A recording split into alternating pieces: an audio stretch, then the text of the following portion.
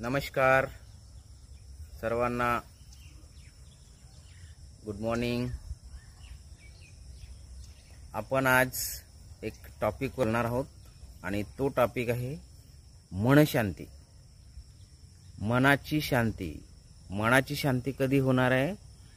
जेव्हा आपण शांत ठिकाणी राहू, शांत ठिकाणी आपण आपलं कार्य करू, तेव्हाच ते मन शांती होणार आहे।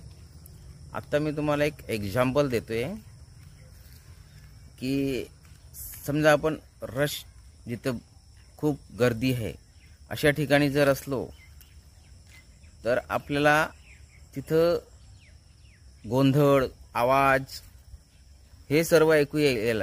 हे ऐकू आल्यानंतर काय होते, काही वर्षांनी समजा आपण 40+ गेलो तर आपल्याला त्या आवाजाचा त्रास व्हायला लागतो। आपल्याला ते आवाज, ते रश, ते नकोसं वाटतं। त्यामुळे अशा ठिकाणी राहायला सर्वांना आवडतं की जिथं शांत वातावरण आहे आणि शांत वातावरणामध्ये राहिलं तर मन पण शांत होतं आणि मन शांत असलं तर सर्वच गोष्टी शांत असतात।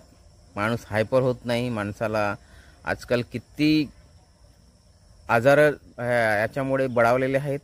फॉर एक्झाम्पल तुमचं अल्झायमर, स्मृतिभ्रंश आपण ज्याला म्हणतो, किती आजार बळावलेले आहेत। तुमचं डेमेन्शिया, किती लोक त्या डेमेन्शियामध्ये आता हे झालेले आहेत। तसंच हायपर टेन्शन, किती लोक सायको झालेले आहेत, किती लोकचा प्रॉब्लेम चालू झालेला आहे।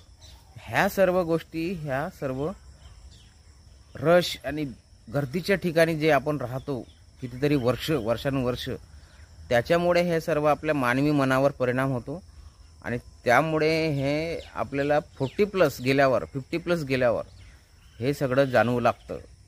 त्यामुळे शांत ठिकाणी राहण्याचं आपल्याला हे करावं लागतं। आपण शांत ठिकाण शोधतो 50 नंतर।